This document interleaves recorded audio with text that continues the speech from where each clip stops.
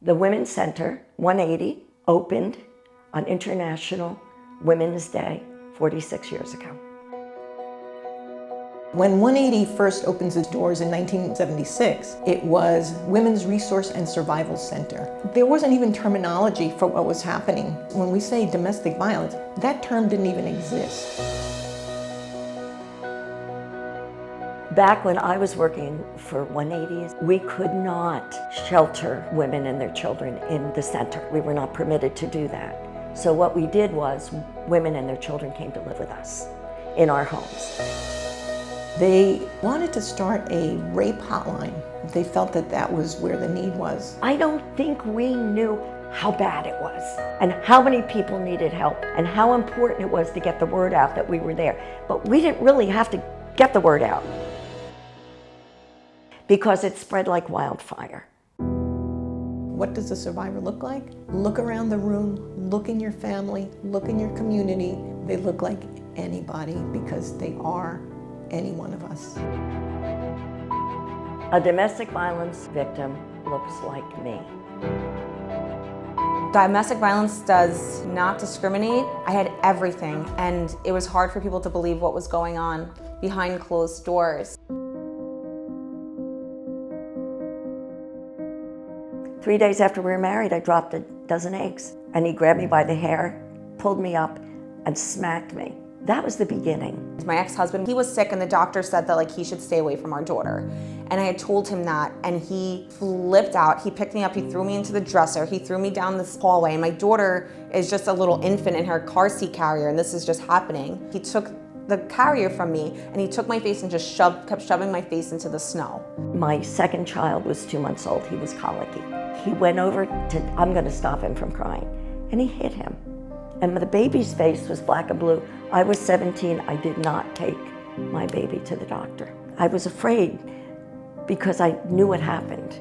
Second time I filed for divorce, I actually went through with it. I was able to move out and get my own apartment. We had a marital home together, so he's like, let's just go to dinner and talk about what we're gonna do with the house. And he made it a point to pick me up from my apartment. And when he dropped me off, he just said, hey, can I use your restroom really quick? And again, I didn't think anything of it. And then before I knew it, I was being raped at knife point.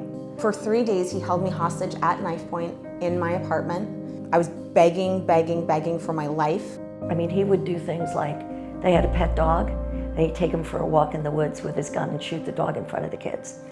That's who he was. I put a knife under my pillow, and I remember in the night saying, either I am going to kill him or he is going to kill me. So there was absolutely no question in my mind. He went to work one day, I filled the car with as much as I could, including the 4 kids, and my life began.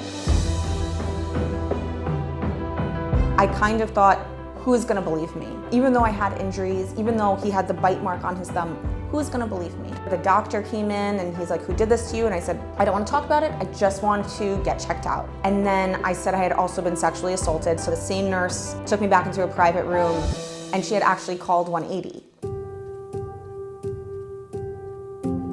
Everything that they need, we have it. And if we don't have it, we're gonna make it happen.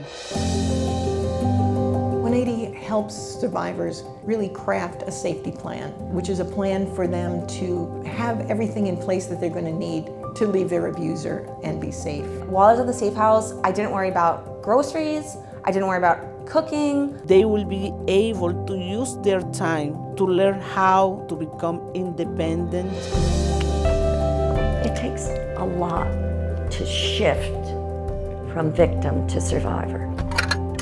I had started in real estate about a year before everything happened, and they had the office space for me and the computers, and I was able to access them, which was such a big deal because I was still able to work and be successful and service my clients, even though I was so nervous.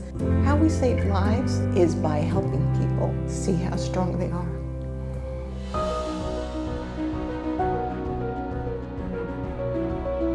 There's no way to answer a hotline only half the day or provide shelter only 10 days a month.